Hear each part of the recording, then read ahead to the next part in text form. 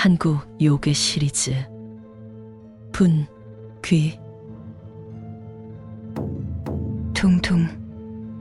점심이 지난 늦은 오후, 정막이 감도는 주막 안을 깨우듯 둔탁한 북소리가 희미하게 들려왔습니다. 소녀는 귓가에 울리는 그 소리를 애써 외면한 채 달콤한 잠이 경계에 매달려 있었습니다.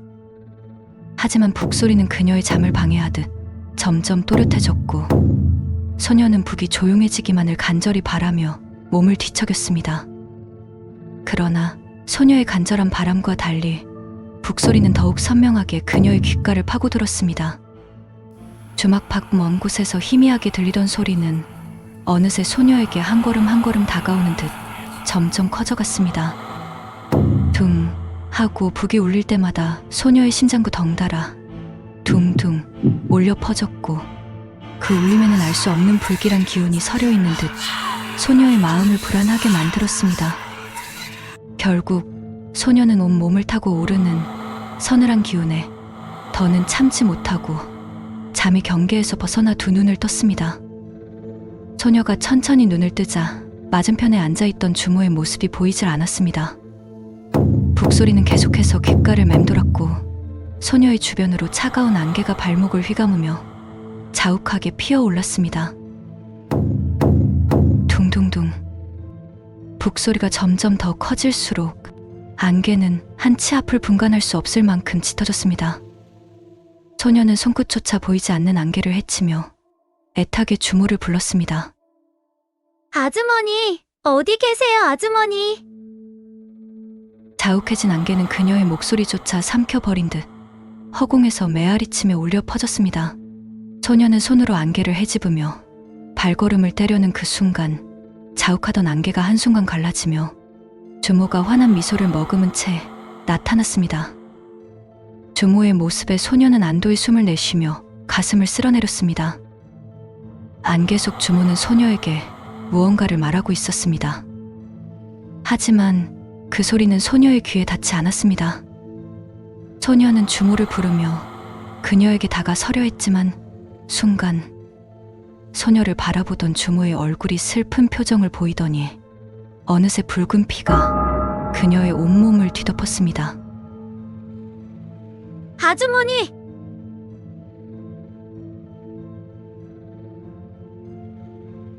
소녀는 놀라 주모를 부르며 앞으로 뛰어나갔습니다.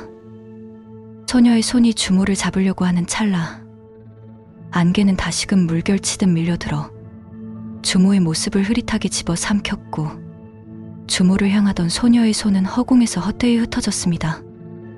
두둥. 주막 안을 가득 채우던 북소리가 갑자기 멈추었습니다. 짙었던 안개가 한순간 사라지며 그녀의 눈앞에 하늘을 찌를 듯한 거대한 고목이 흉흉한 기세로 서 있었습니다. 그리고 그 나무 앞으로 눈처럼 새하얀 무복을 입은 무당이 소녀를 꿰뚫을 듯한 눈으로 그녀를 바라보고 있었습니다. 무당을 본 소녀는 왠지 모르게 마음 한켠이 저려왔습니다. 그때 소녀를 뚫어지게 쳐다보던 무당의 입이 열리더니 한 서리 냉기가 주변을 감싸며 낮은 목소리가 흘러나왔습니다. 달이 기우는 밤, 비로소 운명은 가득 차오르는 법.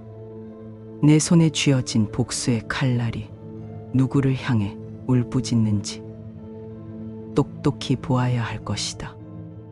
눈에 보이는 것만이 진실이라 믿는 어리석음은 결국 내 자신을 뵐 것이니라. 무당의 말이 끝나자 그녀의 그림자가 나무 아래로 길게 늘어졌고, 그 뒤편 어둠 속에서 또 다른 형체가 슬며시 모습을 드러냈습니다.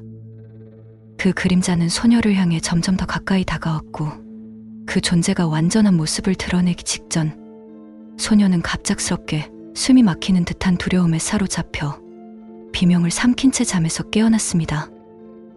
훅. 차가운 공기가 피부를 스치고 입가에 서늘한 땀방울이 맺혀 있었습니다. 온몸은 축축한 식은땀에 젖어 있었고, 귓가에는 여전히 북소리가 이명처럼 맴도는 듯 했습니다. 소녀는 거칠게 숨을 몰아쉬며 황급히 고개를 들어 앞을 바라보았습니다. 맞은편에는 주모가 여전히 고개를 꾸벅이며 졸고 있었습니다. 그 평온한 모습에 안도의 한숨이 터져 나왔지만 왠지 모를 불안감에 가슴이 두근거렸습니다. 소녀는 저도 모르게 주모의 모습을 꼼꼼히 살폈습니다. 꿈에서 보았던 붉은 피의 흔적은 어디에도 없었습니다. 그래, 그저 꿈이었어. 그것이 한낱 꿈이었음을 깨닫자 비로소 안도의 한숨을 내쉴 수 있었습니다. 그러나 꿈속의 섬뜩함과 하얀 무복에 무당이 했던 말은 쉬이 가시지 않는 듯 묘한 잔영처럼 마음 한편에 남아 있었습니다. 바로 그때 주막 문이 삐걱 소리를 내며 열리고 왁자지껄한 손님 한 무리가 우르르 들어섰습니다. 소녀는 아직 가시지 않은 불안감을 애써 떨쳐내며 서둘러 일어나 손님들을 맞이했습니다. 어서 오세요. 개경 최고의 주막에 오신 걸 환영합니다. 소녀의 밝은 목소리에 졸던 주모가 화들짝 놀라 깨어났습니다. 주모는 부스스한 머리를 손으로 대충 매만지며 부산하게 주방으로 향했습니다. 희한하네. 문도 열지 않았는데 갑자기 왜 이리 으슬으슬 춥지? 주방으로 향하던 주모의 혼잣말이 소녀의 귓가에 섬뜩하게 박혔습니다. 소녀는 활기차게 손님을 맞는 자신의 목소리와 주막 안의 소음이 아득하게 멀어지는 것을 느끼며 주방으로 향하는 주모의 뒷모습에서 차마 시선을 뗄 수 없었습니다. 꿈속에서 보았던 붉은 피의 잔상이 그녀의 등 뒤로 어른거리는 듯했습니다. 소녀는 바쁘게 움직이며 꿈의 잔영을 떨쳐내려 애썼습니다. 왁자지껄한 손님들의 소음과 분주한 일상 속에서 무당의 말은 희미해지는 듯했지만 마음 한구석에는 왠지 모를 불안감이 맴돌듯 낮의 일이 계속해서 되새겨졌습니다. 해가 저물고 어둠이 내린 지 한참을 지난 늦은 밤, 마지막 손님까지 떠나고 술과 웃음이 가득했던 주막은 비로소 정적을 되찾았습니다. 소녀는 그제야 긴 한숨과 함께 무거운 몸을 이끌고 밖으로 나섰습니다. 늦은 시간임에도 밝은 보름달 때문인지 거리에는 사람들이 여러 보였습니다. 소녀는 하늘을 올려다 보았습니다.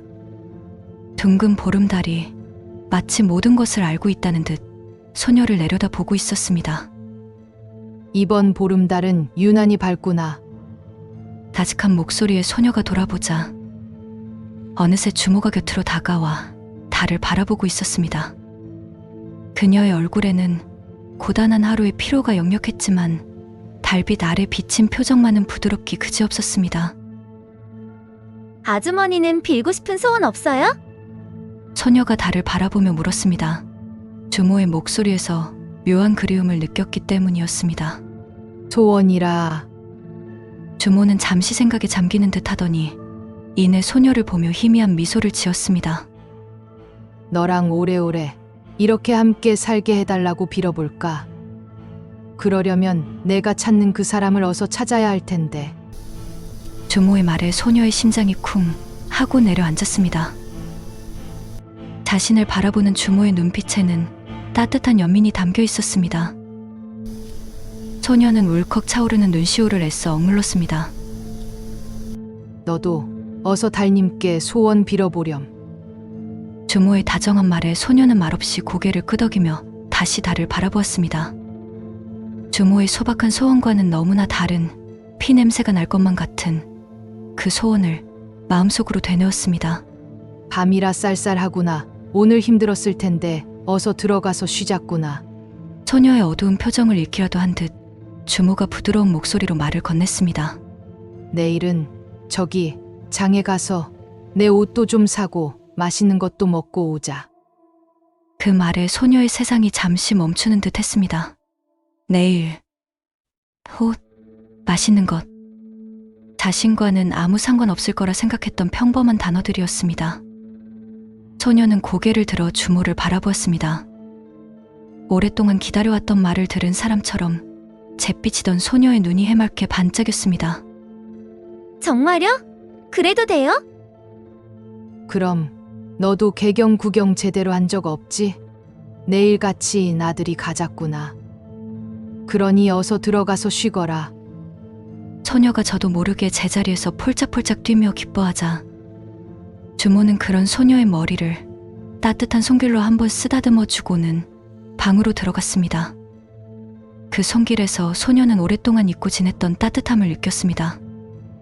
주모가 방에 들어간 후 소녀는 주막 문을 닫고 자신의 작은 방으로 향했습니다. 문턱을 넘는 순간 소녀의 마음속에는 복잡한 감정이 휘몰아쳤습니다. 어쩌면 자신도 남들처럼 평범한 삶을 살 수 있을지도 모른다는 희미한 생각이 처음으로 소녀의 마음 한편에 자리 잡았습니다. 소녀는 자리에 누워 천장을 바라보았습니다. 창문 너머로 흘러드는 달빛이 방 안을 은은하게 비추고 있었습니다. 그 서늘한 빛 속에서 소녀는 오늘 하루 있었던 일들이 주마등처럼 떠올랐습니다. 지금까지 복수만을 생각하며 살아왔던 자신이 복수의 끝을 한 번도 생각해보지 않았다는 사실을 문득 깨달았습니다. 세상에 혼자 남겨졌다고 생각했던 자신에게 이제는 돌아오고 싶은 곳과 기다려주는 사람이 생겼다는 사실만으로도 가슴 한편이 뭉클해졌습니다. 하지만 달빛 아래 소녀의 얼굴에 드리운 그림자는 여전히 짙었습니다. 그녀의 눈동자에는 아직 복수의 불길이 꺼지지 않고 활활 타오르고 있었습니다. 가면을 만난다면 나는 과연 어떤 선택을 하게 될까? 소녀는 스스로에게 물었지만 답을 찾을 수는 없었습니다. 소녀는 조용히 눈을 감았습니다. 마음속에 두 갈래 길이 선명하게 드리워져 있었습니다. 폐사당과 주모와의 약속. 소녀는 고민이 되었습니다. 주모가 선물해준 따뜻한 온기가 그녀를 붙잡는 듯했지만 이내 꿈속에서 본 무당의 목소리가 다시 귓가에 맴돌았습니다. 달이 기우는 밤. 비로소 운명은 가득 차오르는 법. 내 손에 쥐어진 복수의 칼날이 누구를 향해 울부짖는지 똑똑히 보아야 할 것이다. 눈에 보이는 것만이 진실이라 믿는 어리석음은 결국 내 자신을 뵐 것이니라. 그 말의 의미가 무엇인지 소녀는 알 수 없었습니다. 달빛 아래 소녀의 입가에는 알 수 없는 미소가 어리며 그녀는 다시 눈을 떴습니다. 내일 장에 갈 생각만으로도 가슴이 설레었지만 그렇기에 보름달이 뜬 오늘 밤 지금 당장 폐사당에 다녀와야 한다는 생각이 들었습니다. 고민은 오래가지 않았습니다. 달이 기우는 밤 비로소 운명은 가득 차오르는 법. 무당이 말한 말의 의미를 아직 온전히 알 수는 없었지만 소녀는 생각했습니다. 보름달이 차오름의 끝이라면 바로 오늘 밤이야말로 모든 것이 기울기 시작하는 첫날이 아닐까. 그렇다면 운명이 가득 차오르는 밤은 오늘을 말하는 거 아닐까. 폐사당을 가봐야겠다.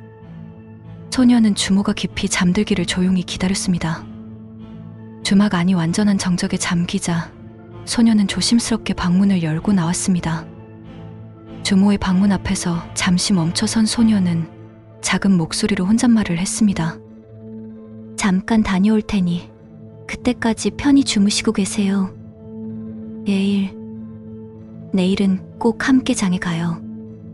소녀의 목소리에는 간절함이 담겨 있었습니다. 어서 폐사당을 다녀와야겠다는 생각에 소녀는 주막 뒤편 담장으로 향했습니다.